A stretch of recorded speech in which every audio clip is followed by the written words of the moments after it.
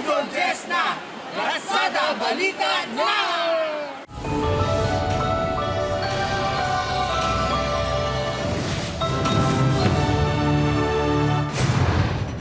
Tutukan subong Webes.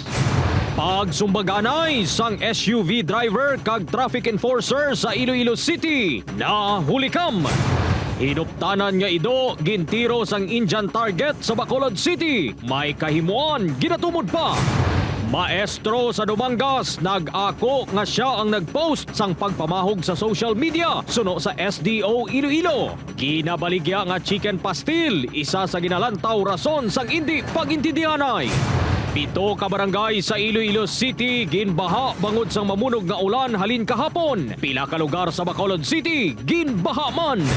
8 anyos nga bata nga lalaki patay matapos matumbahan sang buri ang ila balay sa Sagay City.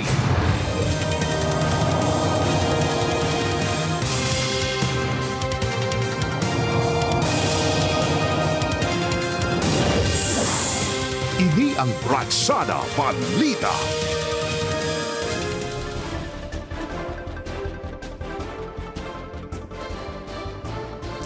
Mayong hapon mga kapuso, mayong hapon Eileen. Mayong hapon man Jert sa nagapanguna nga balita. SUV driver kag traffic enforcer nagsumbaganay sa Iloilo City proper. Insidente na hulika. Pagsaway sang enforcer sa driver nga nag-double parking gintumod rason. Si Kim Salinas may nagaratsada nga balita. Nagpalupad sa ginumol ang lalaki nga naka-orange sa isa ka traffic enforcer. Nagpalos man sang sumbag kag sipa ang traffic enforcer. Nauntat na ang gamo sang gintambagan sa mga bystander. Kuha ang dashcam video sa Quezon Street, Barangay Edgad Zone, Iloilo City proper kahapon pasado las 10 ang aga. Kinkilala ang traffic enforcer nga si alias Chris, 61 anyos taga Molo. Hindi naman tagasyunad ang driver sang SUV nga ginabanta 30 tahon ng pangidaron. Sunod sa traffic enforcer, naga-double park ang driver. Makatato ka beses ini nga ginsaway, apang nagpakatiga. Nakabuya man kuno ini sang hindi marami nga tinaga sa iya. Sang ginpangayuan sa lisensya ang driver. Diri na kuno ini nanumbag. Nagasakit subong ang tangkugo sang traffic enforcer bungod sa insidente. Kumagaya sa sabi nga hindi ko na gani na focus na wayo. Tawayo ng kampo. Ipagkili pero itong preparado naman ko kasi ang pasyon yung blado. Gilayon man na aresto ang driver. Kagabi, napasaka na ini isang reklamo nga disobedience to a person in authority kag direct assault. Nagpaiway na, maghatag sang payag ang driver sa news team. Apang depensa sini sa kapulisan. Ang hambal niya, may iban mo kung nga nag-parking, tanaw niya tani, isama lang ang atong traffic enforcer da. Tanan mas laging panaway. Nagpaandam ang Iloilo City Traffic and Transportation Management Office sa mga abusador ng mga motorista nga handa ang opisina nga magpasaka sang reklamo. Maximum tolerance and get away from hina nga mga klases ang trouble. Zero tolerance man niya kami sa amon mga personnel nga hindi man mayo ang actuation. Upod Carmel Porquia, Kim Salinas ang naga. Ratsada!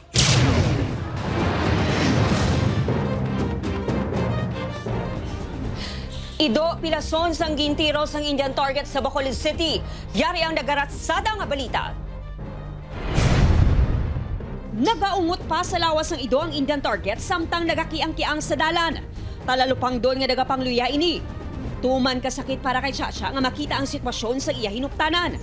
Nakibot na lang ini nga maluya ng ido sang nagpauli. Huwag ko kabalo kundi salin may nakapanogil lang nga may gaungot na siya. Siyempre maluoy ka man do tao man ang adaan. Buot mo na sa Ginbululigan nila nga makuha ang Indian target nga nagaungot sa abagas sang ido.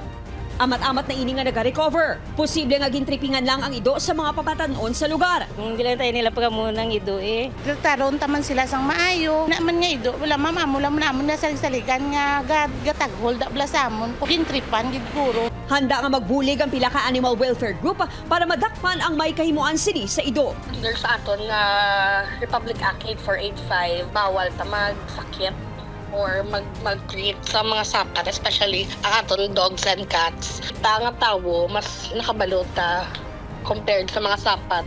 Kabay pa nga ang iningan nga incident, no? Maging lesson, liwat. Upod kay Herald Icon, Eileen Pedreso ang naga. Ratsada! Sa iban pang balita, maestro sa Dumangas nag-ako nga siya ang nagpost ang pagpamahog sa social media sunod sa SDO Iloilo. Pagbaligya sang chicken pastil, rason nga naakig ang maestro. Si Zen Kilantang sa samay nagaratsada nga balita. Ginsapol na sa Schools Division of Iloilo ang maestro nga nagpost ang pamahog sa social media nga may mapatay subo nga bulan nga school principal, assistant school principal kag manunudlo. Sunod sa SDO Iloilo ginako sang maestro sa dialogo kahapon ang pagpost sini sang death threat. Ginhatagan siya sang 72 hours nga makapaathag kung ano ang rason sa paghimo sini. Ginako pa sa teacher nga na-post na gitman na to, no? Mga items sa social media. And he also asked for an apology man, no? Sa Schools Division Office, no? At the same time sa school man for of course sa disruption. Isa sa ginalantaw rason sa hindi pag-intindihan na isang maestro kag school administration amo ang pagbaligya sa mga estudyante sang chicken pastil. Sa interview sa news team sa 3 ka estudyante, naakig ang maestro sa Martes bangod nagabaligya sila sang chicken pastil sa sulod sa eskwelahan. Nahibaluan nga may baligya man nga chicken pastil ang maestro sa school canteen. Sunod sa ila, kapigadohon ang nagtulod nga magbaligya sila agud may iduga nga allowance kag ibulig sa ila pamilya. May nagbakal sa amon nga maestro, pagkadugdugay yung ambalyang may gabaligya ko na pastel, matuging laot kami ni Sir. Okay, may manghod pa ako, kag sa padua na lang kami sang manghod kong nabilin. Gusto ko makatapos kag makatapos ako, maka-eskwela ako, makaobra, mapatapos ko man lang ako ng manghod sa eskwela. Sa parents ko ang gaobra sila, pangumanan sila ma'am. Naintindihan ko man nga hindi nila maprovide ang kinanglanon ko sa akong pag-eskwela. Pero gas-strive ako mabaligya para hindi na sila magpanumdum ko. Ginpayag sang SDO Iloilo nga ginapahanugutan man ang mga manunudlo kag outsider nga magbaligya sa school canteen basta nakasunod sa guidelines sa food safety and food handling. That's one thing that we are also checking, no? Kag gina-verify pa naton. Kag definitely isa na siya sa mga tutukan man sa Schools Division ang correct na to if there are siguro may mga gamay nga dapat i-improve in terms of implementation sang policies. Upod kay Cirilo Randuque, Zen Kilantang Sasa, ang naga Ratsada. Mga bulantero halin sa Iloilo Terminal Market nga nagaupod sa Market Day sa iban nga merkado sang syudad, ginareklamo sa mga stall vendor. Si Kim Salinas may nagaratsada nga balita live sa La Paz Public Market. Kim?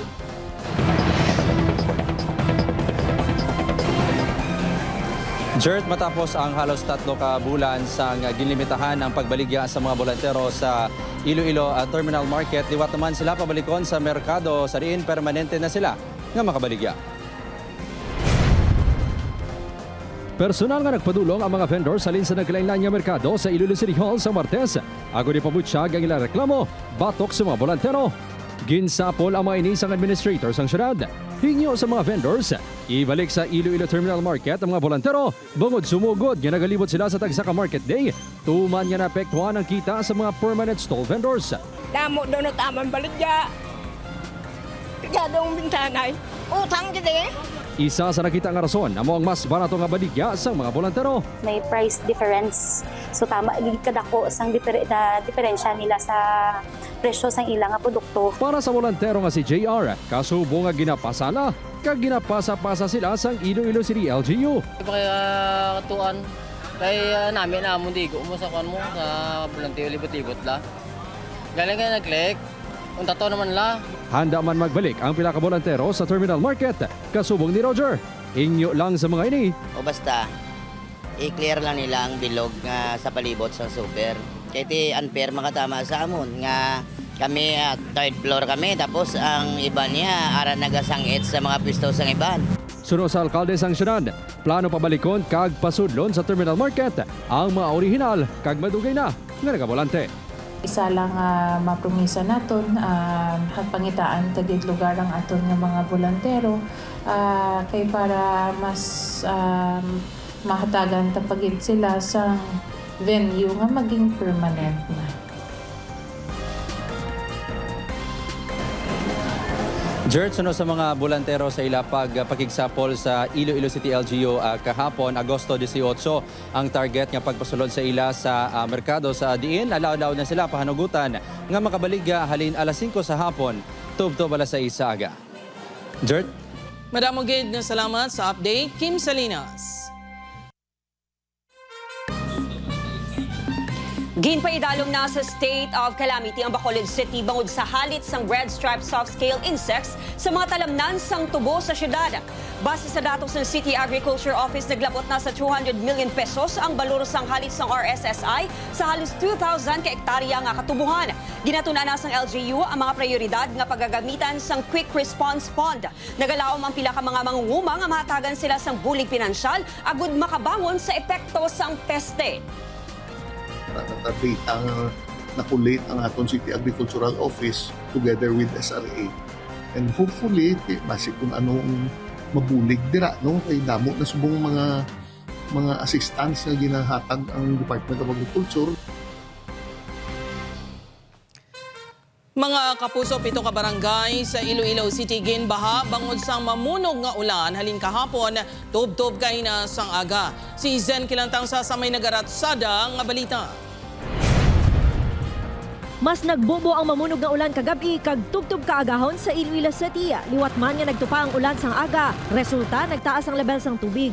Diri sa Lopez Haina Sewer, padulong sa Divina Gracia La Paz, naglabot sa batiis ang tubig baha. Pero wisyo ini sa mga residente. Yan hanahunang gabi din baha. Lalo sa tuhod, kagang paa. Pati mga nagabiyahe sang tricycle, apektado man sa lugar. Perde biyahe mi. Diba? Why na ikaw gabiyahe? Ako gabiyahe na ko gabiyahe kung dalo mo. Sa records ng Iloilo City Disaster Risk Reduction Management Office, 7 ka barangay ang ginbaha kaina sang aga. Sunod sa Pag-asa, ang nagaka-eksperyensyahan nga pag-ulan sa Western Visayas ang epekto sa hangin habagat. Asa sa weekend naton na sa gihapon may mga scattered nga mga pag-ulan dala sang southwest monsoon. Apisar nga ang ining tropical depression nga si Maymay, base sa aton nga forecast, pag-abot sa hapon o gabi, possible na lang ini manginisa ka LPA. Ginbaha man ang pila ka porsyon sang Barangay 4 kag Barangay 9 sa Bacolod City bangod sa mamunog nga ulan. Talalupang doon nga mahina ang paglabay sa mga salakyan bangod sang tagatuhod nga kadalumon sang baha sa dalan. Sa monitoring sa Bacolod CDRRMO, amat-amat man nga nagsubside ang baha kaina sang aga. Upod kay Cirilo Randuque, Zen Kilantang Sasa, ang naga Ratsada! Bantayan. 8 anyos nga bata nga lalaki patay matapos matumbahan sang buri ang ilabalay sa Sagay City. Tutukan sa pagbalik sang Ratsada Balita. Ini ang Ratsada Balita.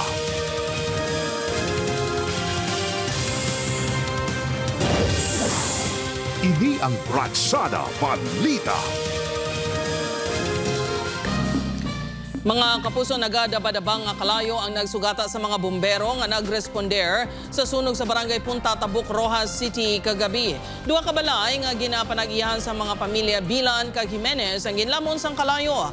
Ginapahayag nga sa stock room sang pamilya Bilan nagumpisa ang kalayo kag madasig nga naglaton sa balay sang pamilya Jimenez. Ginaimbestigaran pa kung ano gid ang gintunaan sang kalayo. Base sa inisyal nga pagpangusisa sang Rojas City Fire Station, naglabot sa 427,000 pesos ang balor sang halit nga ginbilin sang sunog. Walo katuig nga bata nga lalaki patay matapos matumbahan sang puno sang buri ang ilabalay sa Sagay City. Yari ang nagaratsada nga balita. Husto na lang kupan sang amay ang iyawalo katuig nga bata nga lalaki nga napilpilan sang buri sa Barangay Bulanon, Sagay City. Ginbawian sang kabuhi ang bata matapos nakaagom sang pilas sa ulo. Natumbahan sang buri ang ilabalay kang natabuan nga yara sa sulod sang kwarto ang bata. Kaya ko sumot. Napunta sila sa gikan sa eskwelahan. Pagkuha sa tubig sa Inoy, ma'am. Gulpi lang gintumba ang gulay, ma'am. Kaya daw, langgata man ka. Kaya anong ko kay hindi naman kayo mapalag yung kabuhi. Nagdugay sang pila ka oras ang pag-rescue sa bata, apang wala na inisang kabuhi sang nakuha sa idalom sang buri. Ginabanta yara sa 50 katuig ang kahoy. Bali, ang buli na ma'am, dako-dako na siya. Ang buhi nga ugat nga nabilin, daw gamay-gamay na lang gid. Way man gahangin, moto na pitagan di dila nga balay. Amo to, pagbalik ya, napitagan na pagtupa sa balay na pitagit Nakasalbarang iya iloy kagkapid nga babayi nga natabuan yara sa kusina sa natumba ang kahoy. Upod kay Herald Ekang, Aileen Pedraso ang naga. Ratsada! Isa sa 3 ka Ilonggo nga cruise ang barko nga naigo sa drone attack sa Black Sea sa Ukraine. Nagbatsyag sang trauma bangod sa insidente. Si Julius Bilacaol may nagaratsada nga balita. Ang trauma hindi basta-basta makuha eh. Ang pilas mo okay lang, mabulong mo pa. Handom sa gihapon sang 39 anyos nga si Ramram nga makabalik sa barko. Apang sa karon, prioridad sini nga mapabalik sa normal ang iya paminsaron. Matapos makaluwas sa drone attack sa ila barko nga MV Inase sa Black Sea sa bayan sang Ukraine. Hulyo 18 sa nagsigabong ang drone sa barko. Magluwas sa upod nga nasamaran sa ulo. Si Ramram ang nakaangkon man sa magagmay nga samad sa iya wala nga kamot kag dulunggan. Nagtawag ang BTS nga all crew proceed to engine room for shelter. Naka-announce pa ko. After naka-announce ko, Diyan rin ang drone eh. Nagtiner pa sa pila ka adlaw sa Ramram sa Ukraine. Apang nagkahangawa ang mangini sa mabatian nga tuyo pa sila nga padiretsohon sa Turkiye para mag-deliver sang ila karga. Gani nagpangayo sila sa bulig sa mga lokal nga opisyal sa Miagao, sa Iloilo, kag sa natungdan nga mga ahensya sang gobyerno. Bangod sini, tigaylo nga sa Turkiye, sa Romania ginpadiretso ang mga crew. Hulyo 24 sa silang nagabot dito. Agosto 1 sila nakaabot sa Pilipinas. Kagkahapon, nakaabot sa Iloilo si Ramram upod ang mga crew nga taga-Dingli kag Iloilo City. Nakasloob lang, pamoyo sa Ginoo. Sa ila pagabot, gilayon kuno sila nakabaton sa bulig, nagikan sa DMW kag OWA. Nagpasalig naman ang Iloilo Provincial Government pinagi sa peso nga magahatag man sang assistance. Upod kay Hans Desierto, Julius Bilacaol, ang daga. Ratsada!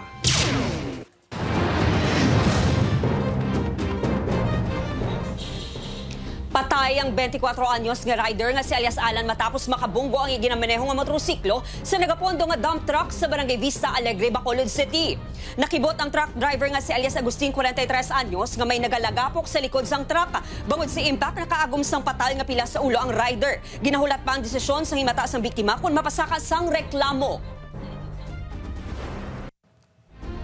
Sa dugang balita na recover sa Sigma Capiz ang motorsiklo nga ginkawat sa Pavia Street, Rojas City sang Agosto 3. Sunod sa Sigma Police, nakitaan nga ginbilin lang ang motor sa higad sandalan. Apisar na recover na ang motor, padayon ang pag-review sang kapulisan sa CCTV footage agud matumod kag madakpan ang kawatan. Sa CCTV footage makitaan nga pasimple nga ginsakyan sang lalaki ang motor kag gindala palagyo. Sunod sa Rojas City Police, nagpakilala ang kawatan sa nagabantay nga barker nga utod sang tag-iya sang motor.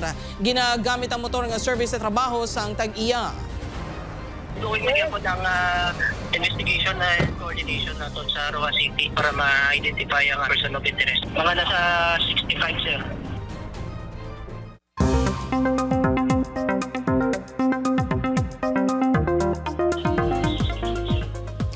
Mga kapuso, matapos nag-landfall sa Ilocos Sur ang bagyo Maymay kay inas sang kaagahon.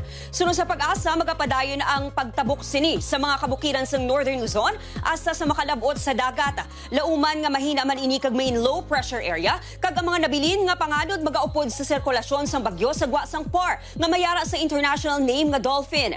Sa latest bulletin sang Pag-asa wind signal number 1 sa Ilocos Sur o Ilocos Norte, Ilocos Sur, La Union, northwestern portion sang Pangasinan, Apayao, Abra, Kalinga, Mountain Province, Ifugao, Benguet, Mainland Cagayan, Isabela, Quirino, Nueva Vizcaya, pati man sa northern kag central portion sang Aurora. Magluwas sa epekto sang bagyo Maymay, padayon nga magapaulan ang habagat. Ilabi na kung ini ang pabaskugon sang bagyo Dolphin sa gwa sang PAR. Sa datos sang Metro Weather, may lapta-laptaman nga ulan sa Western Visayas kag Negros Island region. Nadakpan sa random inspection sa Land Transportation Office 6 ang isa ka kolorong van sa barangay Duyan-Duyan, Cabatuan, Iloilo sang Martes. May pasahero ini nga duwa ka American national nga turista halin sa Iloilo City kag padulong sa Katiklan-Aklan. Wala sang napresentar nga balido nga parangkisa ang driver sang van sa LTO. Natukiban man nga nagbayad sa pamasaya mga turista nga bot silingon. Suro sa LTO, gingamit ang van sa commercial passenger transport. Dead on arrival sa ospital ang driver kag angka sa motorsiklo matapos nga makabunggo sa poste sang street light sa Diversion Road sa Tangalan, Naklan, sunod sa Tangalan Police. Halin sa isa ka birthday celebration ng tuwa kag padulong kuntani sa direksyon sa Makato, Aklan.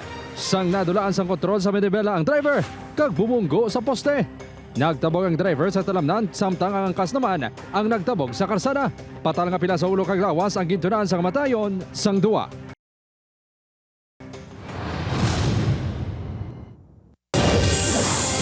Ini ang Bratsada Balita.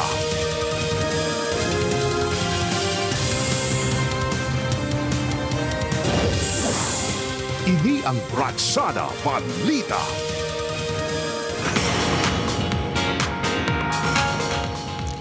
Mga kapuso, isa na naman ka istorya sang sakripisyo sang isa ka anak ang aton masaksiyan sa Sabado sa magpakailanman. Pag-aabidahan ni Shaira Diaz and Julie Forsberg Bilyesa story kung saan ipakita ang sarang himuon sang isa ka anak para pangitaon ng iya matutod nga ginikanan. Bantayan ina sa magpakailanman sa Sabado, 8:15 p.m. sa GMA. Mga kapuso, yari na mga balantayan sa The Master Cutter. Ako na bala ni Audrey kag atoy ang ila feeling sa isa kang isa. Suportahan bala ini ni Abyang kag Janine. Bantayan ang inang mga eksena kalon sa GMA Prime 8 p.m. pagkatapos ng 24 oras. Samtang ano bala ang madiskubre sang Task Force Fireball matapos ang photoshoot? Ano bala ang sorpresa para kay Hex? Bantayan ng dugang pa ang mga eksena 8:50 p.m. sa GMA Prime. Mga kapuso, dako nga buho nakita sa porsyon sang embankment wall sa Iloilo Esplanade sa Molo. Si Kim Salinas may nagaratsada nga balita. Makitaan sa sininga laragway ang dako nga buho sa embankment wall sa Esplanade. Kuha ang laragway sang isa ka netizen sang Biyernes, Hulyo 31 sa Esplanade 2 sa Barangay San Pedro Molo, Iloilo City. Ginkahangawan sa pila ka nagagamit sang Esplanade nga magtiphag ini kung hindi gilayon makayo. Sige pa lang wear and tear kapinta subong di ba dito may bagyo every week do may bagyo. So basi risko bla maguba ni pati diring internal yang structure kay buo na mo. So amo na dapat i-monitor lang permit. Agosto 3 ginsuguran sang Iloilo City Facility Conservation Office ang pagkayo sa nagtiphag nga porsyon. Pinangtampakan nila ginbutangan pag ng mga bato para compacted bala mayo. Dako man sa area nagdalo. Mo dasok gitudo. Sunod sa FCO, magluwas sa natural nga pamagi sa pagkatipag sa embankment wall. May posibilidad nga ginkawat ang bricks bangod wala sang nabilin sa lugar. Amuman ang duta nga madalom na ang kinotkutan. May criminal liability ang matumod nga nangawat. Basta iya ka gobyerno yung mga property ng kawato niya. Liable sila, mga piso sila, kumatakpan sila. Nagpakigaot na ang FCO sa Iloilo City Posmo sa pagbantay sa lugar. Mas ginpasangkad man sang FCO ang monitoring sa mga embankment walls sa mga esplanade sa syudad. Upod Caramel Porquia, Kim Salinas Anaga. Ratsada! Sa dugang nga balita, job hire employees ang Iloilo City Health Office kag Facility Conservation Office ang duha ka empleyado nga nakuhaan sang letrato nga nagasakay sa motorsiklo nga wala sang helmet sa Barangay Soo, Carevalo kahapon. Kay na sang aga nagpadulong ang mga ini sa opisina sang Iloilo City Traffic and Transportation Management Office. Giniisyuhan ang mga ini sang citation ticket kag nagbayad sang 500 pesos nga multa. Handa magkooperar ang ICTTMO kung mag-coordinate ang Land Transportation Office 6 sa ila. Sandamlag lang, ginpaidalom sa reorientation course ang LTO ang babayeng empleyado nga nakuhaan man sa letrato nga nagamaneho sa motorsiklo nga wala sang helmet. Ilapathag kuno lapit mo lang kay mabalik na sila no kay daw nagkaon bala sila. Pero tisiling ko lapit man or layo.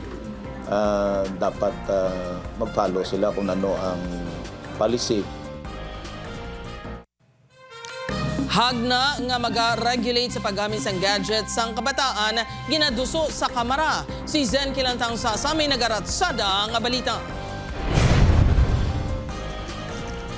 Mas malawig ang oras sa paghampang kung ikumparar sa screen time ang bata ni Catherine nga si Ira. Iya ini ginahatagan sang 30 minutes tubtub 1 hour nga screen time kada adlaw. Mga popsicle sticks, tapos mga gagmay nga mga Barbie, playhouse, so mula na yan. Bisan gali napta na di okay na mula na yan hampangon. Pero sila nga ma-cellphone nang gid siya all throughout of the day, don't di. Ginaduso subong sa kamera ang hagna nga limitahan ang paggamit sang gadgets sang kabataan. Lakip sa ginaduso ang cellphone ban sa nag-edad 0 tubtub 2 years old.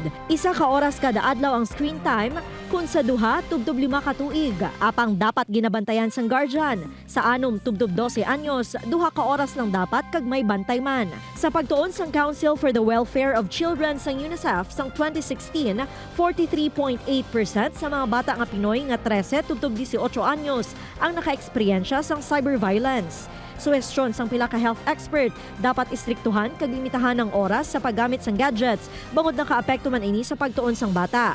Kaangot sini ginaduso sang Department of Health nga kinahanglan mayara sang madamo nga offline physical activities o kon exercise nga hindi magnubo sa 1 ka oras ang mga estudyante. Pabor naman ang pila ka iloy sa plano. Madamo kuno sang mahimo madala nga negatibo ang mga ginalantaw sa cellphone. Chris, sa sobrang nila sa screen time, hindi man sa tanan yung oras mabantayan. Huwag ko na ikaw, huwag na paggamit. Sa suba ko lang padala ko lang sa eskwelahan kay kung in case for emergency. Bala. Upod kay Cirilo Randuque, Zen Kilantang Sasa, ang naga. Ratsada!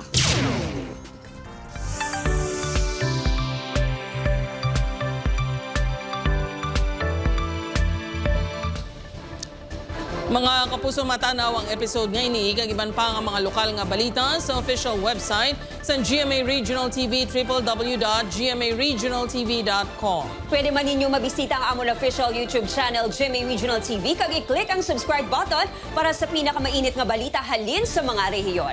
Madamo nga salamat mga kapuso, pati na mga kapuso naton abroad. Ako sa Eileen Pedreso. Ako naman si Gertrude Charlatan. Kami ang GMA Regional TV, wala sang ginadampigan, wala sang ginaprotektahan. Halin sa tutubtub subong, matudtuod nga serbisyo gidla. Tubtub buwas, ululupod gyapon kita tanan sa pag Ratsada!